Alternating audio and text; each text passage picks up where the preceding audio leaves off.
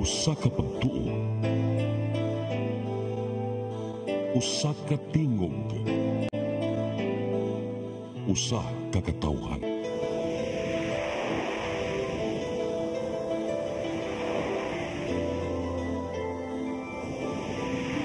Cebu Catholic Television Network.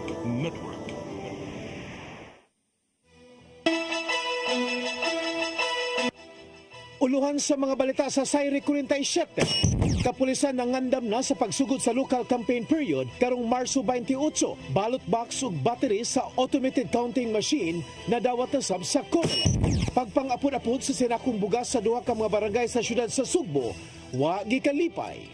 Senate hearing sa pagkasikop ni kanhi Presidente Rodrigo Duterte gipahigayon. 39 anyos nga babaye na natayan sa tanker truck patay. Sugbo, Kabisayan ug Mindanao, Pilipinas ug katawhan kutos maabot atong Sibya sa tibuok kalibutan mayong hapon. Live kita karon sa CCTN Channel 47 ug kini ang tulumanon sa nag-unang kasayuran nga angay natong masayran. Ako si Dennis Tabar. Tulumanon sa patas nga mga balita ug opinyon. Ako si Danica Caballes. Kini ang Sayri 47.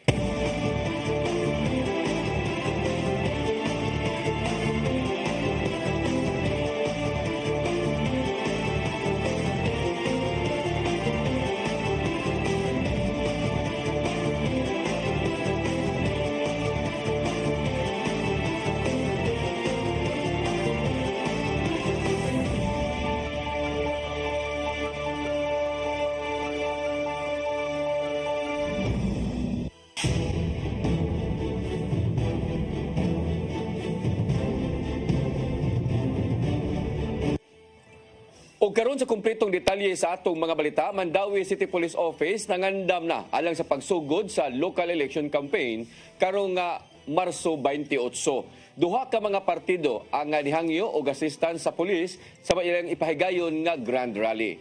Ang kasayuran ihatod ni Mary Rose Sagarino. Usa ka semana na lang magsugod na ang kampanya alang sa mga lokal nga kandidato sa Marso 28. Subay niini nangandam na usab ang Mandawi City Police Office. Sa pagkakaroon duha na ka partido ang nipahibaw sa ilang ipahigayon nga Grand Rally. Ang Team Mandawi gikatakdang mopahigayon og rally sa Marso 28 samtang ang One Mandawi sa Marso 29. Nihangyo sila og asistansya kapulisan aron masiguro ang kaluwasan sa ilang kalihukan. In anak na klase nga activity, we'll deploy our personnel. Then we'll check also during sa mga meeting, magdepende sa mga expected crowd and also sa iyang area para makahibaw ta pila jud ka personnel ang ato ang hatag. Hinuon aduna pay himuon nga final coordination meeting alang sa oras sa kalihukan o kung asa ipahigayon. Paniguro ni Villaro nga igong mga personnel ang ilang ipakatap sa matag Grand Rally. Giawhag ang mga supporters nga dili magpabadlong o dili magpakabayolente. We expect na mga supporters inani gyud kahugyaw ang ilang mga suporta sa ilang mga respective candidates. So on the part sa PNP, ato ana na siya kay one way man na siya sa ilaha sad pod pag-express sa ilahang support. So ato na siya ipadayon, depende lang jud nga dili na jud maka-give na sad pod og kanang ang klase nga noise nila is dili sad pod maka-give na sad pod og kasamo. Matod sa tigpa maaba sa Mandawi City Police Office nga nagpabilin ang green status og padayon na ang kalinaw og kahapsay sa Mandawi. Mary Rose Sagarino, CCTN News. Ballot box o battery sa automated counting machine nga gamiton alang sa eleksyon sa syudad sa Mandawi. Nadawat sa Commission on Elections kaganiyang buntag. Samtang mga magtutudlo nga moserbisyo sa eleksyon ni paubos na sa training. Ang kasayuran hatod pagbalik ni Mary Rose Sagarino. Gideliver kaganinang buntag ang moabot sa 270 ka mga plastic ballot box o battery sa automated counting machine sa Mandawi City Hall. Gidawat kini sa Commission on Elections Local Office. Temporaryo kini nga ibutang ngadto sa City Hall grounds tungod wala pa storage. Hinuon mato ni Jacqueline Ruyan ang election assistant nga tabunan kini og tarpaulin og i-cordon aron dili mahilabtan. Napatabang gid mi nila kay wala mi storage. Usually atong ta sa complex pero magdaghang kay activity man sa complex. Mao na nga wala lain niya ang katong sa ilang bodega sa treasure kay puno kaayo sa katong mga previous katong naay mga sulod ba nga mga ballot boxes sa previous elections. Wala dyan space, dire ra gyud. 271 ang presinto sa Mandawi, apan 270 lang ang nadawat nga ballot box ug battery tungod anaaman usya nga nahabilin ato sa roadshow gipahigayon pag-edukar kabahin sa makina gamiton sa eleksyon. Ang mga balota ug ACM sagad i-deliver duol na ang adlaw sa piniliay sa Mayo 12. Samtang matod ni Guyan nga nakapaubos na sa training ang unang batch sa mga magtutudlo nga moserbisyo sa eleksyon. Kini gipahigayon sa COMELEC ug Department of Science and Technology kon DOST. Human sa training, sila ni paubos og certification exam sa DOST, nagtuto kabahin sa paggamit sa automated counting machine. Ay kinang dapat mo na IT capable sa duha bitaw. So usually ang IT capable kay kanang poll clerk. Inoon matod sa election assistant kay nakapasara ang tanang mga magtutudlo. Mary Rose Sagarino, CCTN News. Mga eskwelahan sa Lapu-Lapu nga gamiton karong eleksyon, 90% ng andam matod sa Department of Education sa Lapu-Lapu City Division. Wa sila nakitang kakulian sa 38 ka mga voting centers, gawas na lang sa Paho National High School nga nagsigilag kawad-an og kuryente. Ang kasayuran ihatod ni Cristel Joy Filerca. 90% ng andam ang mga eskwelahan sa Lapu-Lapu City nga himuong voting centers karong Mayo 12. Kini ang gibutyag ni Dr. Marilyn Andales, ang Schools Division Superintendent sa DepEd Lapu-Lapu City Division. Matod niyang dugay na silang nakapahigayon og inspection ug wa sila nakitang kakulian sa mga eskwelahan nga gamiton. Gawas na lang sa Paho National High School nga magsigig kawad-an og kuryente. Ready na siya and naalay mga gagmay nga i-address nato like provision of electricity kay I think there's a need na i-augment. So, mag-allocate og budget for Paho.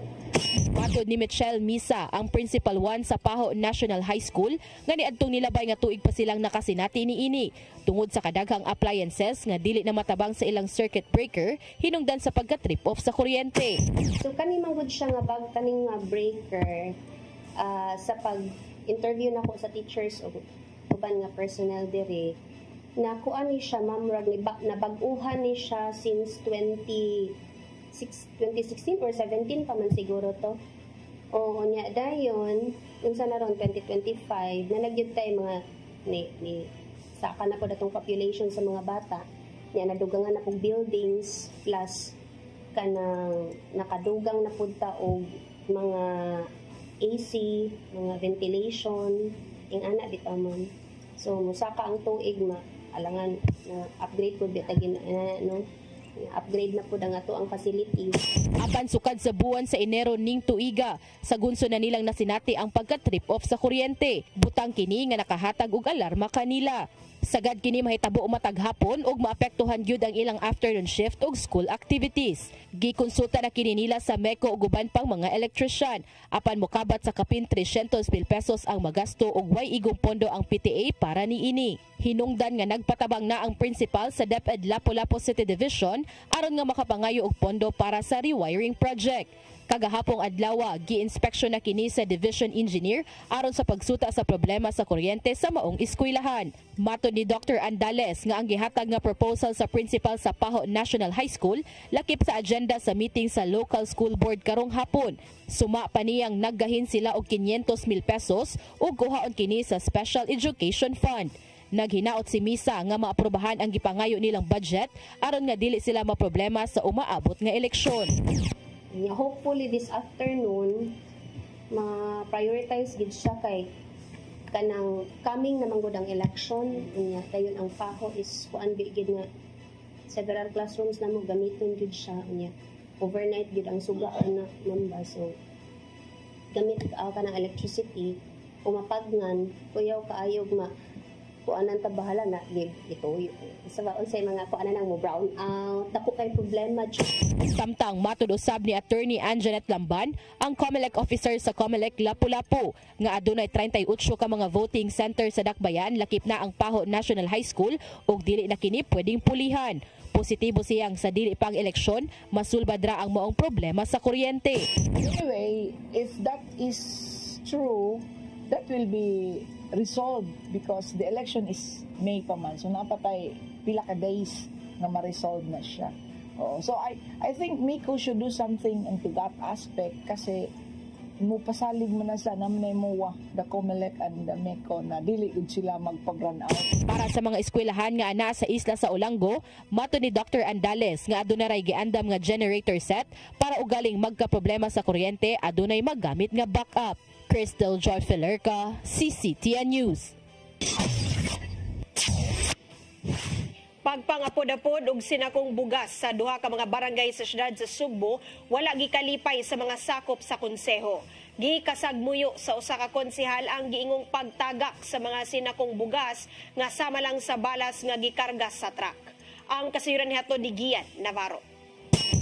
Natribukar ni Konsehal Mary Ander Santos ang distribution sa mga sinakong bugas sa miaging semana sa barangays Duluho Fatiba ug Basak Pardo ning siyudad sa Sugbo. Ato sa regular session sa konseho, gipakita ni De Los Santos pinagi sa privilege speech ang video sa internet sa giingong pagtagak sa mga sinakong bugas nga sama lang sa balas. Nasuta nga ang maong tag 5 ka kilo nga bugas sumay gigay na ng pundong mukabat sa dulan 49 million pesos ubos sa Local Disaster Recovery Fund sa syudad. Kini bisan og wala gipaubos sa state of calamity ang barangay Dulo Fatima ug Basak Pardo ubos sa kasamtangang mga balaod.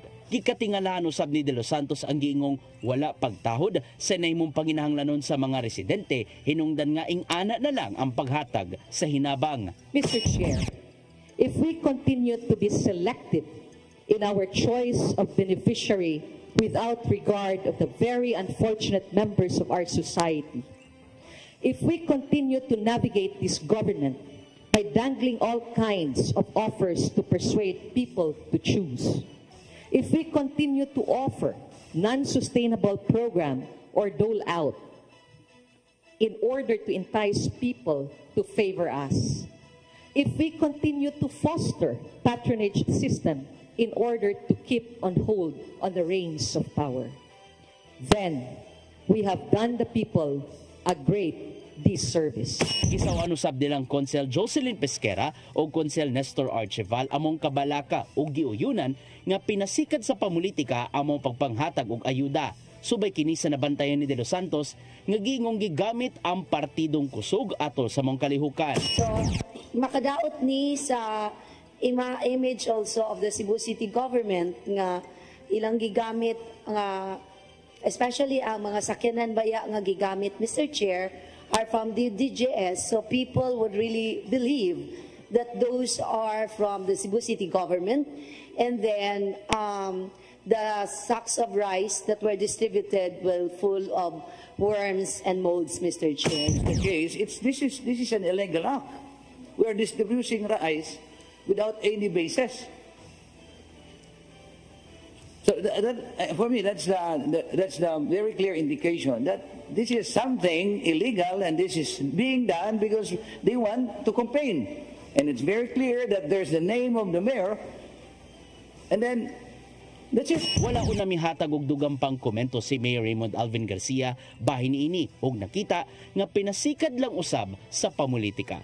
Giawhag ni De Los Santos ang buhatan sa Cebu City Disaster Risk Reduction and Management Office sa pagpakita og legal basis sa nahitabong distribution sa hinabang.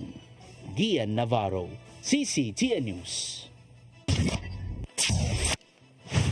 Civil Service Commission 7 may pahinumdum sa tanan ng mga kawani sa gobyerno nga dili mag-apil-apil sa tanang partisan political activities.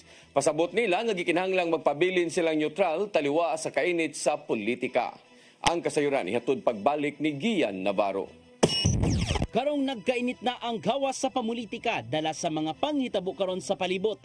Mitambag ang Civil Service Commission 7 sa mga government employees nga hinay-hinay lang una. Ning simanahalang, nagpagawas og painumdum ang CSC sa tanang regular, casual, hangtod na sa job order employees nga kinahanglan sila magpabiling neutral. Ubos sa Joint Circular Order, uban ng Commission on Elections, likayan gyud sa mga naisgutang trabahante ang pagsalmot sa kampanya, paggamit sa campaign materials ug uban pa. Di gyud mahimo ang pagpadangat sa iyang pagpabor ngadto sa usa ka kandidato, ingon man ang paggamit sa government resources aron ikampanya ang kandidatura. Matod sa Public Information Officer nilang si Prolane Daclan nga bantayan usab sa CSC ang komentaryo gikan sa mga empleyado sa gobyerno apil na sa ilang social media posts. There's a very thin hairline na Sir Gian o mag-post ka sa imong social media. Let's say, ang akong i-post dili negative, positive to someone I support. Pero in my post, mura na sad kog ng come on sa uban, and we have to be very careful because that's already campaigning for that particular person. Gawas sa mga ahensya sa gobyerno, apil usab sa gibantayan sa CSC ang mga nanarbaho sa mga kumpanyang iya sa gobyerno, state colleges and universities, career officers, apil na ang mga unipormadong sakop sa kapulisan ug kasundaluhan. Gawas sa circular order, gipalig-on usab among mando sa CSC pinaagi sa Republic Act 6713 kun Code of Conduct sa mga government employees, Local Government Code ug uban pa. Actually still prohibits, no, naka-provide gihapon na ang partisan political activity under section 93 of RA 7160. Sinutan ang makalapas sa mong mando og suspension gikan sa usa hangtod 6 ka buwan alang sa first offense. Kung magkagrabe na, tangtangan siya sa serbisyo o may kawanong katungod sa pagtrabaho na sa ubang buhatan sa gobyerno, ingon man ang mga benepisyo. Dili hinuon madali-dali ang pagpadangat sa reklamo tungod kay ipaagyo sab kini so sub-sub nga investigasyon. We will be giving it to the Civil Service Commission to assess whether naabay evidence in the first place to really file a case. Meaning si CSC na ang mo-trigger subject to the evidence nga imuhang gihatag. Apan bisan pa man, usa lang ang katungod nga nahabilin nga mo'y gitugutan alang sa mga empleyado sa gobyerno nga mao ang pagbotar sulod na sa presinto karong Mayo 12. Gian Navarro, CCTN News. Suspendido ang klase karong adlaw sa dili mumino sa 11 ka mga local government units sa Sugbo. Matod sa Cebu Provincial Disaster Risk Reduction and Management Office nga natagamtaman sa maong mga dapit ang kusog nga pagbundak sa uwan. Walay klase sa tanang mga publiko o pribadong tunghaan sa Santa Fe, Pilar, Madridejos, San Remigio, Danau City, Poro, Tabuelan, Tuburan, Daan Bantayan ug Talisay City. Samtang walay klase usab sa public school sa lungsod sa Bantayan. Gipaabtik na sa Cebu PDRRMO ang ilang mga local disaster offices sa pagsubay sa kahimtang nunot sa nasinating mga pag-uwan.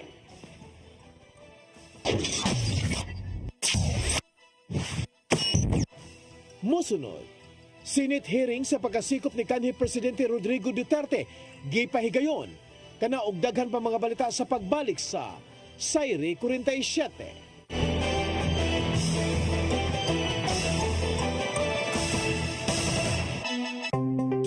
Discover the beauty of the Philippines.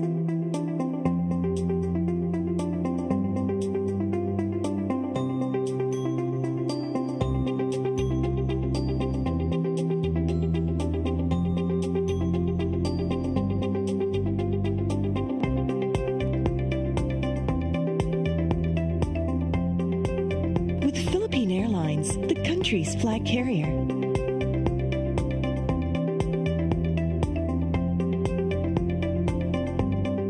The airline that lets you feel the warmth of the nation.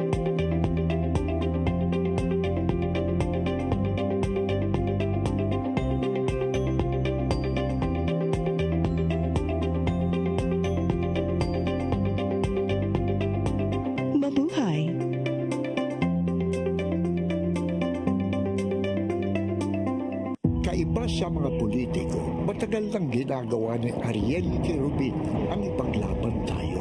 Kahit sariling buhay inaalay.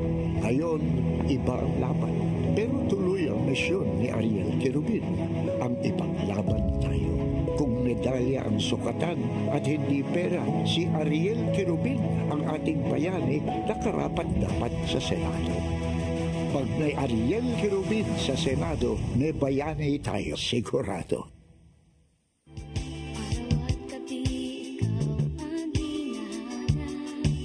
Madeline Reyes, Gamay pang bata, dihang nagpakita sa iyang abilidad sa pag-awit.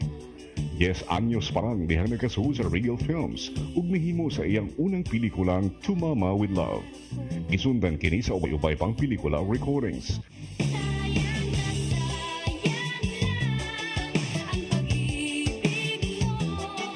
Siya gibunyagan sa titulong Star of the New Decade.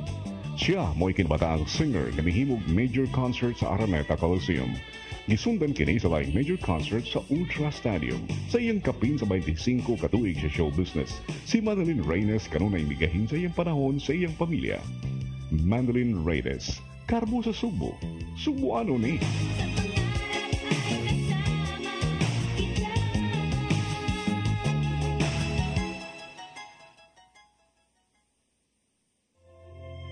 Ang kinabuhi puno sa hagit. Sumpil na ka, Dria! Ay, pag-inarte! Pagdita ka! Puno sa pangutana. Bata pa gani ka kayo? Nagpuyap-puyap na ka? Kinsa man ang mga masakitin ako din ay karoon na kinsa! Kung si buti mo'y pasabot na di. Puno sa luha. Pagpili pa, ako nga imong anak o kana imong mga babae. Kasuko. Yung ano pa? Ano itang ka ni Papa? Apan bisan mangit-ngit pa ang imong kalibutan, aduna pa'y nagpahiping kahayag. Aduna ka pa'y kasambungan. Mga lama, hanap na. Dear Tatay, Tunog na unlot na. Nganong handungan na. Wailaing pagi aron masabtan nato ang Biblia. Kinahanglan nga doon natay relasyon kang Hesus. Hangtod sa layan natong panaguban, daghang salamat. Shalom. Tunog na unlot na.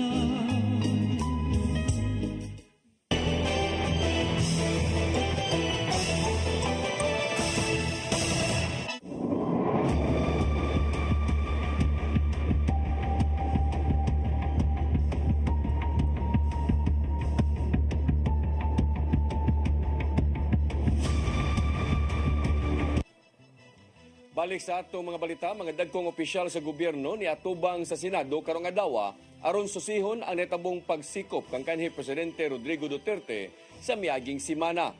Wa gikalipay sa mga kalyado sa kanhi Presidente ang gituoang pagpakig-alayon sa gobyerno ngadto sa International Criminal Court. Ang kasayuran ihatod ni Mary Rose Sagarino. Niatubang ang mga dagkong opisyal sa gobyerno karong adlaw sa Senado aron pagsusi sa pagsikop og pagbalhin kang kanhi Presidente Rodrigo Duterte sa The Hague sa the Netherlands. Nangunay sa maong hearing si Senator Amy Marcos, kinsa chairperson sa Committee on Foreign Relations. Nitambong usab isip respondent si Justice Secretary Jesus Crispin Remulla ug ubang dagkong opisyal gikan sa kapulisan, airport ug foreign affairs. Gitataw ni Remulla nga wala nanawag ang kagamhanan sa Pilipinas sa ICC sa wala pa ang mismong pag-aresto kang Duterte. It is the individuals who are charged by the ICC, which is under the jurisdiction. There is a distinction, ma'am. As non-members of the ICC, and as a state, the ICC has no jurisdiction over us as a country. But over the individuals who may have committed crimes that violate international humanitarian law, that is a universal value being held by the whole world today, that people cannot cross borders and hide behind boundaries so that they can run away from the law.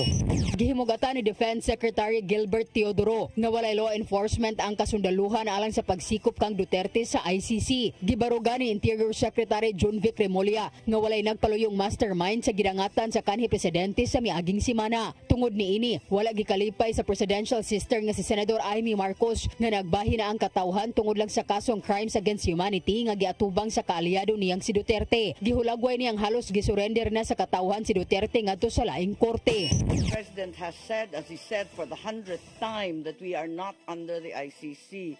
Why is the SOJ now saying that we are nevertheless somehow, in some miraculous way, under the rubric of the international humanitarian law still under its jurisdiction. Sa pagsugod sa maong hearing, gihangyo sa laing kaalyado ni Duterte nga si Senador Bongo ang kapulisan sa pagtugaan na lang sa tinuod. Samtang gihangop niya ang maong inisyatiba sa maong komitiba, sanglit giuyunan niya ang punto nga mao ang isyu sa soberanya.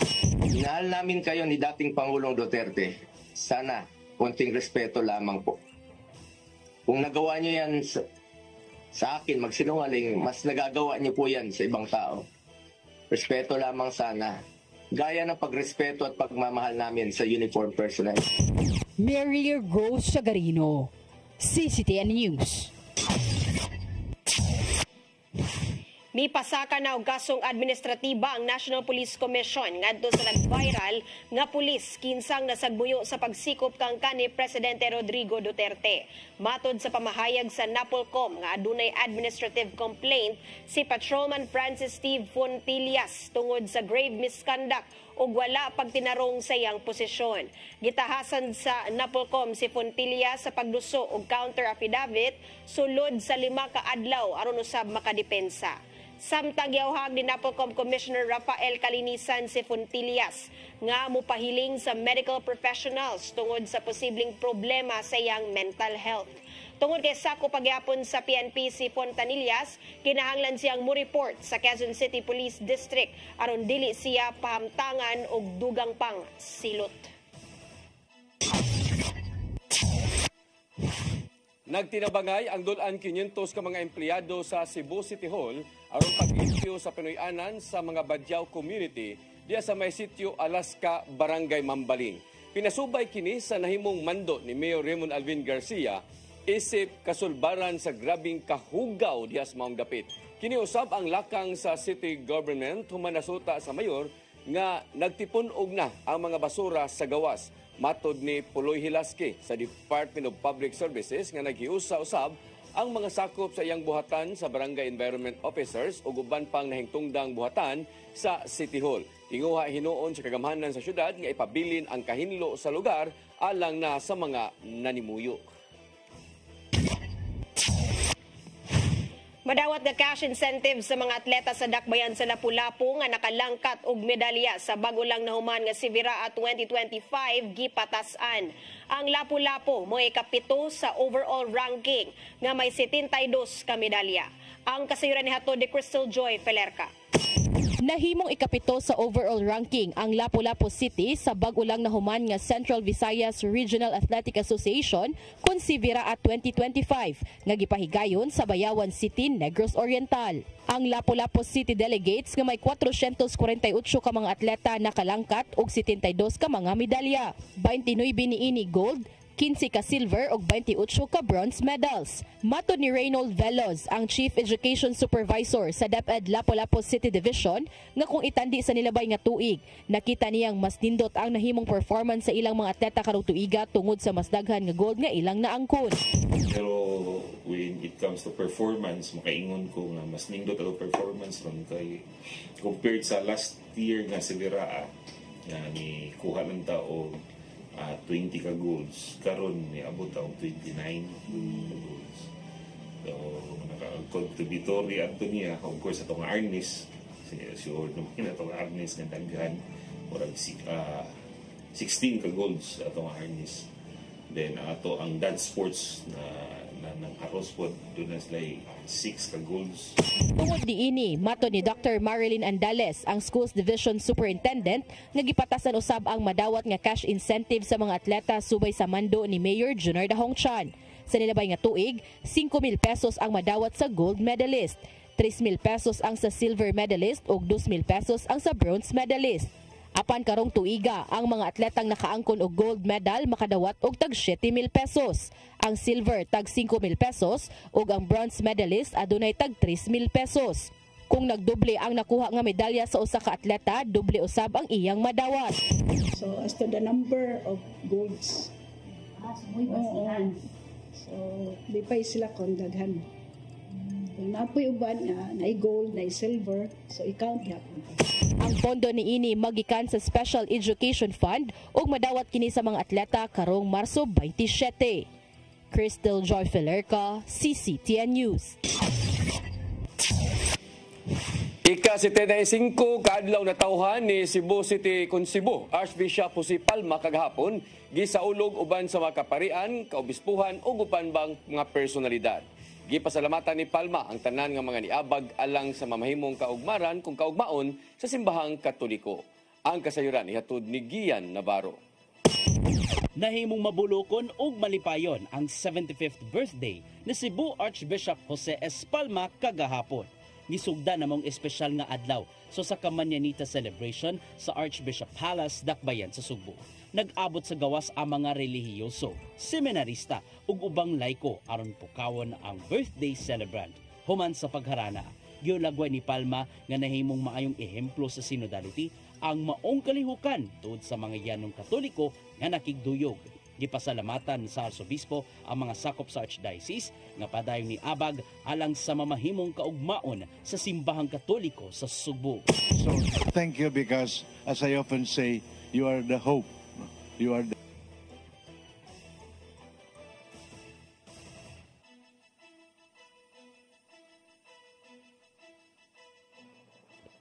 sa Archdiocese nga padayong ni abag alang sa mamahimong kaugmaon sa simbahang Katoliko sa Sugbo. So thank you because as I often say, you are the hope. You are the hope. If this year the message of the Pope is of course an hope, and of course the idea that spares not confunded, our hope does not fail. Iniso sa ka-Thanksgiving Mass, sulod sa St. Joseph Chapel, sulod sa palasyo.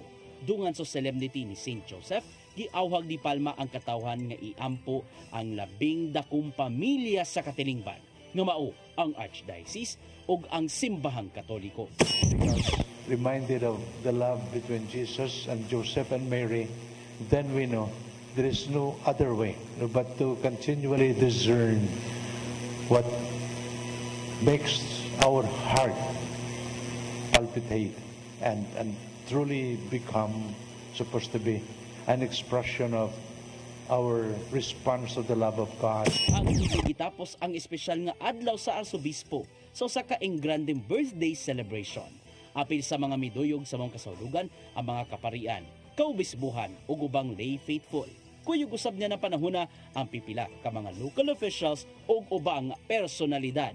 Gipasalamatan usab ni Palma ang tanang mga nagmahal ug nagpangga kaniya sulod sa kapin usa ka dekada niyang pagdumala sa 12 Archdiocese sa Pilipinas. Gian Navarro, CCTN News.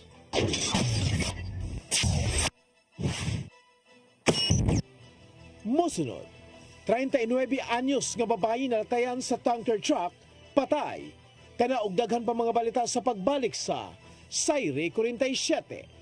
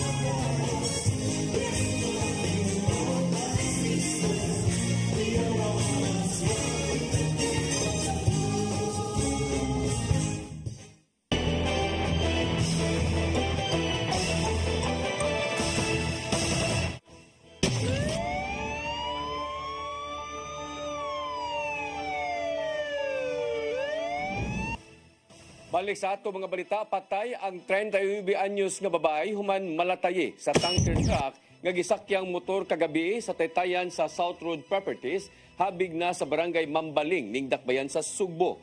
Ang biktima giilang nga si Rubilis Oyaw, nurse aide sa usa ka pribadong tambalanan sa Dakbayan sa Sugbo o residente sa barangay Agos, Lapu-Lapu. Sa investigasyon sa Traffic Enforcement Unit sa Cebu City Police Office, angkas ang biktima sa motorsiklo nga gimaniho sa iyang kapuyo nga si Glenn de la Rosa Ochia, 45 anyos nga gikan sa Dakbayan sa Karkar, ug pag-abot sa dulhugon nga taytayan kalit lang sila nga gidumbol sa nagsunod nga tanker nga gimaniho ni Damilito Loro Casas, 50 anyos ug residente sa barangay Bungayan, lungsod sa Burbon, probinsya sa Sugbo. Patay ang 43 anyos nga lalaki, human po sila kagabi sa City of Phantom, Barangay Lorega, San Miguel ning Dakbayan sa Sugbo. Ang biktima giilang nga si Edgar Caliedo Devibar alias Hunlot, 43 anyos nga residente ra usab sa lugar. Sa investigasyon sa Parian Police Station 1, duha ka mga sospetsado nga nagsulob og itom nga jacket og itom nga karsones samtang ang usa naka-raincoat og yellow nga naka-short pants nga nakasakay sa PCX nga motorsiklo. Ang duha miduol sa biktima nga og dayong pusil ug human sa pagpamusil yano lang kini nga mibalik sa motorsiklo dayong sibat. Mato ni Police Major Marvin Figarido Hepe sa Parian Police Station nga ang biktima usa ka drug personality ug makadaghan nga madakpan sa mga police operation.